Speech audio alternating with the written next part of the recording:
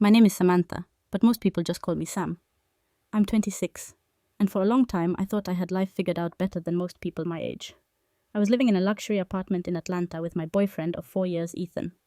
He's 30, works in finance, and has always been the definition of stability. Organized, reliable, ambitious. He paid the rent, the utilities, the groceries. I handled, well, not much, honestly. I worked part-time as a freelance copywriter from home, enough to buy what I wanted, pay for brunches with friends, and keep my wardrobe fresh. But the real life stuff, that was Ethan's territory. To outsiders, we looked perfect. People envied me. My friends called me lucky. They'd say things like, I wish I had a guy who'd take care of everything like Ethan does, or you're literally living the soft life. And I was, kind of. But here's the part no one saw. I was bored. Ethan was good to me, no question. He never yelled, never cheated, never embarrassed me. But he also never surprised me, never challenged me, never made me feel the kind of fire I used to dream about. Our life was a routine wake-up, gym, emails, dinner, Netflix, bed. Repeat. He'd ask about my day like it was a checklist. He made calendar invites for date nights. Sometimes I felt like I was living with my HR manager, not my boyfriend. I know how that sounds. Spoiled, ungrateful. But imagine waking up every day in a beautiful apartment next to a man who's doing everything right and still feeling unseen. Like you could disappear for a week and he wouldn't even notice until his laundry piled up. I tried to shake the feeling. I tried bringing it up once carefully. I told Ethan I felt like we were drifting, like we were more like roommates than lovers. He nodded, said, Okay, I'll schedule more quality time. Schedule. I swear if he could have created a Google Doc for our intimacy, he would have. That's when I stopped talking and started looking elsewhere. It wasn't intentional. I didn't wake up one morning and decide to betray someone who'd given me everything. But life has a funny way of handing you temptation just when your self-control is weakest. Enter Leo. He was 24, a graphic designer at the agency I used to contract for. Confident, messy, wild in all the ways Ethan was structured. He had tattoos, listened to indie rock, and said things like, "You've got the kind of laugh that could ruin someone." He made me feel seen in a way Ethan never did. It started with DMs, compliments, inside jokes. We had this stupid shared playlist we both added songs to like teenagers. It was harmless at first. I told myself I was allowed to flirt. I wasn't dead. But one afternoon, while Ethan was at a conference in Dallas, Leo invited me to grab a drink as friends. We ended up making out in his car like we were 18. I went home that night with lipstick smudged and guilt scratching at my spine. I swore it wouldn't happen again. It did, multiple times. Leo was chaotic and unpredictable. He said things that made me feel electric and alive. He didn't talk about taxes or market volatility. He talked about dreams, books, stupid conspiracy theories about the moon landing. I felt chosen, and before I knew it, I was living a double life. By day, I was Ethan's calm, soft-spoken girlfriend, making dinner, folding his dress shirts, watching documentaries I didn't care about. By night, I was sneaking out for coffee with Claire that turned into Leo's couch. Leo's breath in my ear, Leo's voice saying, "He doesn't deserve you." I told myself it wasn't cheating, not really. Ethan and I hadn't had sex in weeks. Months, maybe, and emotionally, we were already drifting. This was just a reaction, a way to cope, a spark in a dying fireplace. I know, it's bullshit, but at the time it felt like truth. Still, I didn't want to lose Ethan. Why would I? He gave me everything. Safety status, a future. Leo was fun, but unstable. He shared a rundown apartment with 2 roommates, worked long hours for little pay, and thought a $50 dinner was fancy. I couldn't build a life with him. I didn't want to. But I wasn't ready to give him up either. So I stayed balanced between both. Structured days, chaotic nights. Security in one hand, fire in the other. And for a while, I really believed I could have both. But no lie stays hidden forever. And mine. It was about to explode in the most brutal way possible. I used to think I was good at compartmentalizing. You know, putting everything in its little box. Ethan, comfort, future stability. Leo, excitement, passion, chaos. And me, somewhere in between, juggling both worlds like a magician with a cracked mirror. It was easier than you'd think. Ethan's job kept him late most nights, and he never questioned why I wanted to spend more time focusing on my writing or getting some space to recharge. I'd light a candle, pretend to journal, And the second I heard the elevator ding down the hallway, I'd shut my laptop and smile like I'd spent the last hour being inspired. But really I was with Leo, sometimes physically, sometimes just texting, but always emotionally. Leo was fire in human form, reckless, immature, completely impractical. But God, he knew how to make me feel like the center of gravity. Every time I walked into his apartment, he'd stop what he was doing and just look at me like he couldn't believe I was real. He'd touch me like I was art, speak to me like I was poetry, and ask me questions Ethan had never thought to ask. What keeps you up at night? What did your parents teach you about love? When did you first realize you wanted more than this life? And the worst part? I answered, honestly, completely. I gave him pieces of myself I'd never even offered Ethan. But I still went home to Ethan, still laid next to him in bed, still kissed his cheek in the morning and packed his favorite yogurt into his briefcase. Because I loved him, or at least I loved the idea of him, the role he played in my life, the man who could fix things I hadn't even earned yet. And I convinced myself I wasn't doing anything that bad. After all, I hadn't told Leo I loved him. I hadn't moved in. I hadn't asked him for anything. It was just feelings, just escape, just temporary. But the truth is, I was building a second relationship in secret, and I was becoming someone I didn't recognize. I started fights with Ethan over nothing, little things, like why he didn't hold my hand when we crossed the street, why he forgot I liked oat milk in my coffee, why he didn't tell me I looked beautiful when I wore that black dress. I needed him to feel inadequate, because deep down, I knew I was the one breaking us, and it was easier to blame his silence than face my own betrayal. I'd say things like, "You never see me anymore," even though Leo was the one who saw me too much. I stopped initiating intimacy with Ethan, stopped letting him touch me, and when he asked why I'd say I was tired or stressed or not feeling like myself lately, he started walking on eggshells, bought me flowers, booked spa days, even suggested therapy for both of us. But I wasn't interested in fixing things. Not really, because Leo was becoming an addiction. He started texting me in the middle of the night. "I miss you. What if we just ran away? You don't belong in that world, Sam. You're wild. You're rare." And part of me believed him. Part of me wanted to burn everything down and start over in some dingy apartment with Leo and a mattress on the floor. But the other part, the calculating part, knew better. Leo couldn't give me what Ethan did. Not the condo, not the vacations, not the health insurance, for God's sake. So I started telling Leo what he wanted to hear, that I was planning to leave Ethan, that I was waiting for the right time, that I needed things to be clean before we made it official. And I kept telling Ethan I was committed to making this work, that I just needed a little more from him emotionally, that if we could just reconnect, everything would be fine again. It was all lies, to both of them. But I was so deep in the narrative that I started to believe parts of it myself. I told myself I was buying time. I told myself I deserved to feel alive. I told myself that when the moment came, I'd choose the right man. But I was dragging both of them through a maze. I'd built a maze with no exit. And the longer I stayed in it, the more I started to believe I was winning. Ethan was trying harder than ever. Leo was begging me to be his. I had two men on a string, two lives, two versions of Samantha. And I thought I could keep the illusion going forever. But life and truth doesn't work like that. Because when you live a lie long enough, it starts to unravel in your hands. And mine. It began to slip the moment I missed my period. The day I missed my period, the air in the apartment felt heavier. I kept telling myself it was stress, hormones, a fluke. I'd been late before, but deep down I already knew. I waited until Ethan left for work, then drove to a pharmacy 2 neighborhoods over because God forbid someone recognize me. I bought 3 different brands of pregnancy tests, as if one would tell a better lie than the others. I took the first one in our bathroom, the second in Leo's apartment that afternoon, the third in my friend Nina's guest bathroom the next morning. All positive, all definitive. I remember staring at that third little plastic stick like it was mocking me.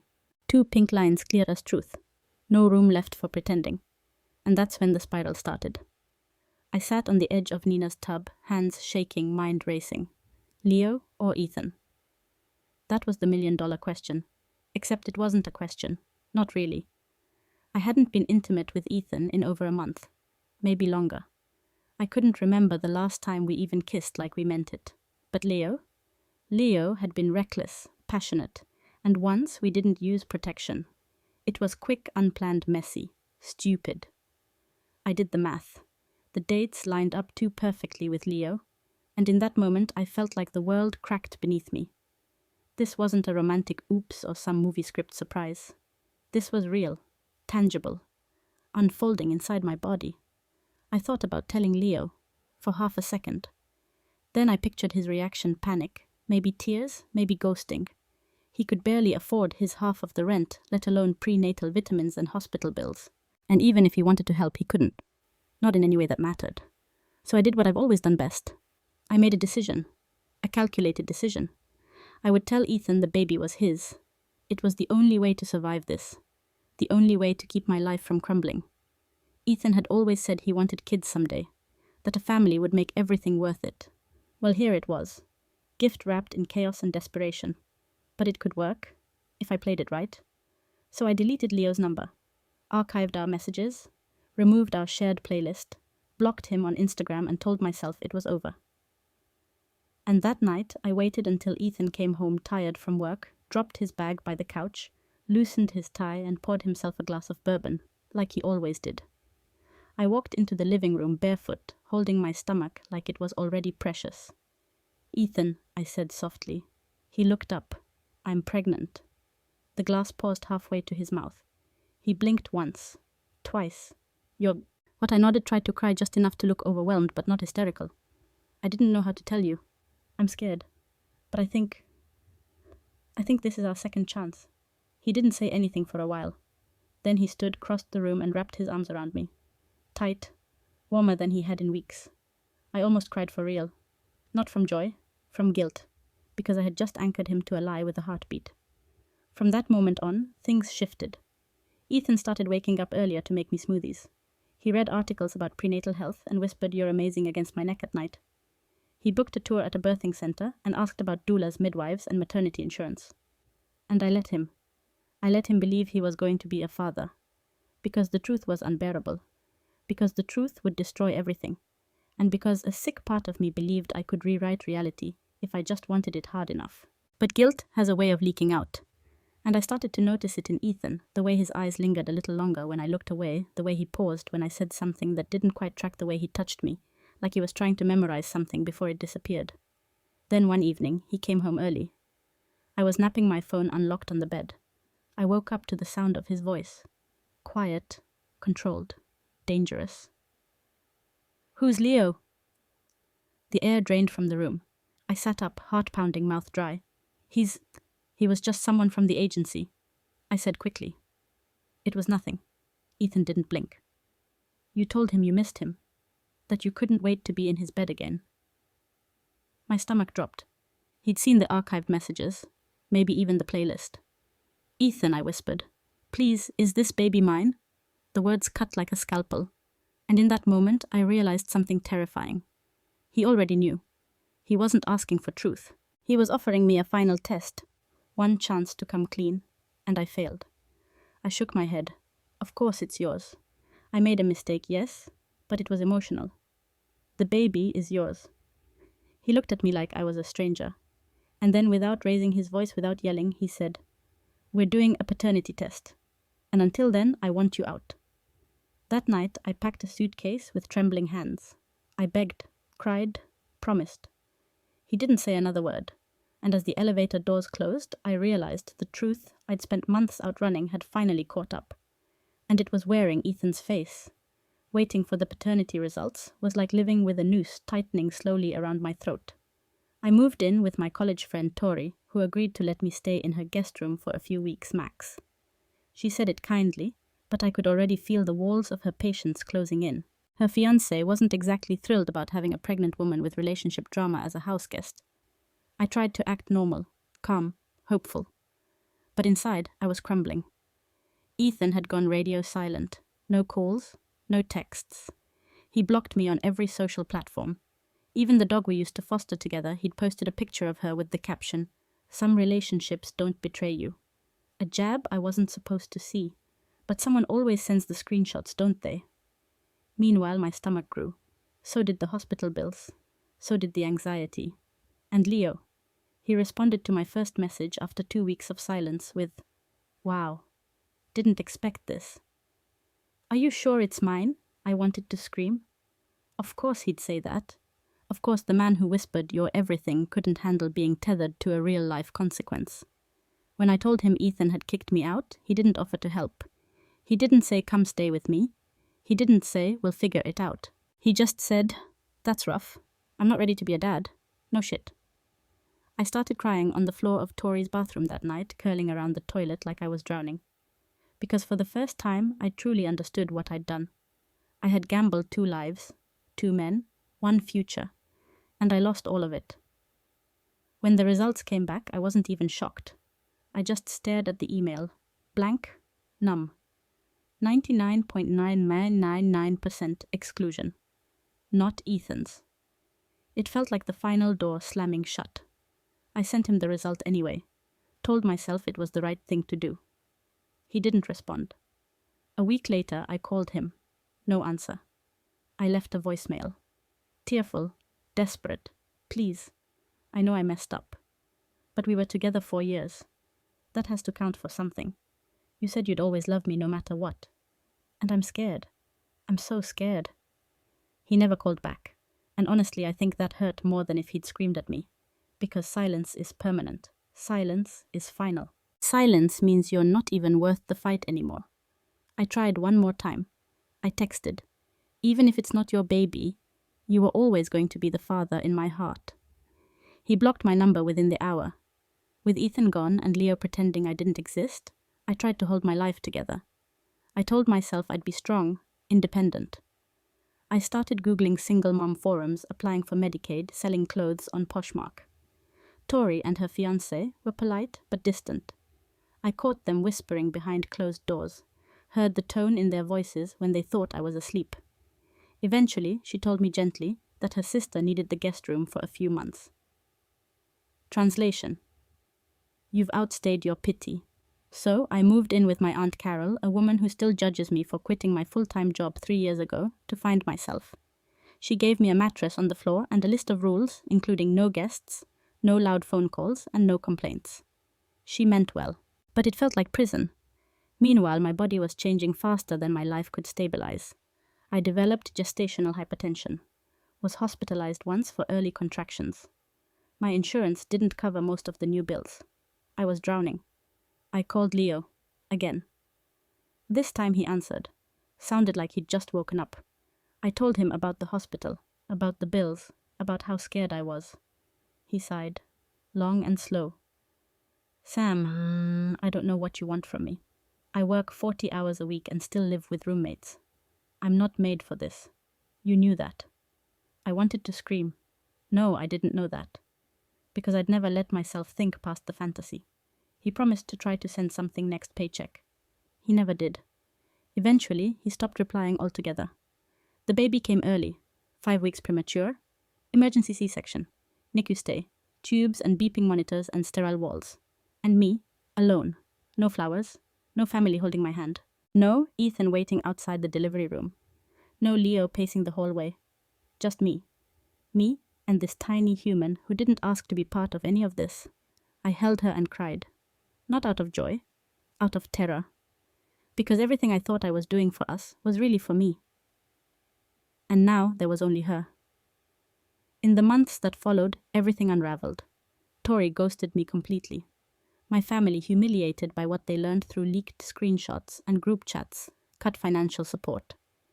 I lost my freelance contracts after one client found my name on a Reddit thread discussing women who fake paternity for money. The thread had 17,000 upvotes. People dissecting my life like it was an episode of True Crime Daily. My bankruptcy papers are on the kitchen table now. I owe $38, $472 in hospital bills, and I make $13 an hour as a part-time receptionist at a place that doesn't even have proper air conditioning. Leo moved to Texas. Ethan got engaged to a woman who looks exactly like the version of me I pretended to be. Every night I lie in a borrowed bed holding a baby I love but didn't want, wondering how the hell I got here. And the worst part, I still don't know if I'd do it differently. Because when you spend your whole life choosing fantasy over reality, you start to believe consequences only happen to other people. Until one day, you wake up in the wreckage and realize you're other people now. The first time I saw her, I thought it was a joke. It was a mutual friend's story on Instagram, a boomerang of champagne glasses clinking at what looked like a rooftop brunch. The caption said, "Congrats Ethan and Lily," with a heart emoji. I stared at the name Lily, soft, sweet, safe. She looked like a Pinterest board come to life. Long brunette hair, big brown eyes, that kind of effortless beauty that doesn't need makeup but still knows how to use it. In the picture, she was leaning into Ethan's shoulder wearing this pale yellow dress, like she belonged to sunlight itself. And Ethan. He was smiling in a way I hadn't seen since our first year together. Not forced, not polite, but light, like he'd let something heavy go and didn't miss it. I zoomed in on the photo. His hand rested gently on her waist. Her fingers curled around the inside of his arm, like it was a place she'd always known. I wanted to throw my phone across the room, because that should have been me. That was me once. Until I broke it. Until I traded that calm, safe, stable love for chaos in skinny jeans and cheap cologne. Until I let myself believe that attention meant value, that desire meant commitment. Until I made one decision after another, thinking I could outsmart consequence. Now I watch from the sidelines while Lily lives the life I spent 4 years building. She's at his work functions laughing with his co-workers. She's holding his hand on hiking trips I never had the energy for. She's cooking him dinner in our kitchen, probably using the same spice rack I organized, wearing the apron I bought on a random Target run when I thought we were nesting. And I'm here. Still in my aunt's guest room, waking up at 3 a.m. to a baby who cries like her lungs are punishing me. Still applying to jobs I'm overqualified for, but under-trusted to handle. Still checking his socials from a burner account, watching him rise from the ashes of us, like I was nothing more than a bad phase in his life. And maybe I was. People keep saying, "You have to let go, Sam. You need to move on. Focus on your daughter." But none of them were there when Ethan told me he loved me even when I was difficult. None of them saw how he used to rub my back when I couldn't sleep, or how he remembered my coffee order even when I changed it weekly, just to test him. They didn't see how he looked at me on our 2nd anniversary, like I was the answer to a question he hadn't dared to ask until then. And now? Now he looks at her like that. And I want to scream. Not because she's awful, she's probably perfect, but because she got the version of him I spent years shaping. The upgraded Ethan. The healed Ethan. The Ethan who goes to therapy and does yoga and reads parenting books just in case. I was the crash course. She gets the diploma. I gave him my worst. She gets his best. And the bitter part of me, the one still clawing at dignity, keeps whispering, "You made him better. He's who he is now because of you." But that's not comforting. That's torture. Because I don't get to benefit from the version of Ethan I helped create. I just get to watch someone else live the life I was supposed to have. The ring, the security, the family photos framed on beige walls. And what do I have? A baby who looks more and more like Leo every day. A stack of bills I can't pay. A family who stopped answering my calls once the drama dried up. And silence. So much silence.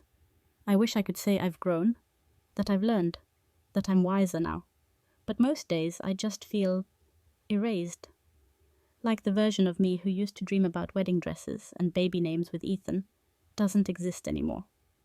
She died quietly, somewhere between a lie I told too well and a truth I waited too long to admit. And the girl who's left? She's tired, bitter, lonely in a way that no amount of TikTok single mom empowerment content can fix. People say I need to take accountability. Fine. Here it is, I cheated. I lied. I manipulated. I tried to trap a man into a future he didn't choose. And when it all fell apart, I blamed everyone but myself. But here's the part no one likes to talk about. Sometimes you do all those things not because you're evil, but because you're terrified. Terrified of being abandoned, of becoming invisible, of waking up one day and realizing that the life you thought you deserved, the one you curated, filtered, controlled, was never really yours to begin with. So yeah, maybe I deserved to lose him. Maybe I deserved this silence. Maybe Lily deserves to win. But some nights when the baby finally sleeps and the room is too quiet, I still wonder what might have happened if I had just told the truth the first time. If I had loved Ethan enough to be honest. If I had loved myself enough not to need two men to feel whole. But that's the thing about truth. It only matters if you say it before the damage is done. I used to believe that every mistake could be fixed, that if you apologized the right way, cried at the right volume, said all the right things with trembling lips and shaking hands, you could undo the damage. That love, real love, could withstand anything, even betrayal, even lies, even a baby, born from the wreckage of your worst choices. I don't believe that anymore. Now I believe in consequences. Cold, final, merciless consequences. The kind that don't care if you didn't mean to. The kind that don't pause when you say please. The kind that show up in the form of silence, locked doors, blocked numbers, and a wedding ring on another woman's finger. I see them every day. In the way my daughter's eyes, wide brown, unmistakably, Leo's stare back at me while I spoon mush into her mouth. In the voicemail from the hospital billing department, reminding me for the third time that I still owe them 14,823. In the way my aunt closes the door a little harder each night, as if she's trying to keep my failures from spilling into her hallway. I keep thinking about mirrors lately, how they don't lie, no matter how much you want them to. And when I look into mine now, I don't see the girl I used to be. The girl who had options, who thought two men wanting her was power, who laughed at warning signs, and thought pain was something that only happened to other women. I see someone small, not because of what I lost, but because of how I acted when I was losing. I weaponized love. I exploited kindness. I used motherhood as leverage. I made loyalty a game and honesty optional. And when I got caught, I didn't just apologize. I strategized. I manipulated sympathy. I rallied people to my side. I spun myself into the victim because owning the truth felt too heavy. And now, there's no one left to fool but myself, and even I'm tired of the lies. I'm not the victim of a cruel man who abandoned me. Ethan didn't destroy my life. He just refused to carry the wreckage I created. And Leo, he never promised forever. I just pretended he did, so I wouldn't have to admit I was gambling with broken chips. The truth is I did this. Every twist, every betrayal, every consequence. It was me. And I don't say that looking for redemption. I say it because I'm finally too exhausted to run from the mirror. But here's the part that still hurts, the part I whisper. Only in the quiet when the baby's asleep, and the dishes are done, and there's nothing left to distract me. I still miss him. Not just Ethan, but who I was when I was with him. The version of me that hadn't yet learned how to lie that well. The version that believed love was enough. The version that still thought a baby might fix things, not break them. I miss believing that people would always forgive you if you said you were sorry enough times.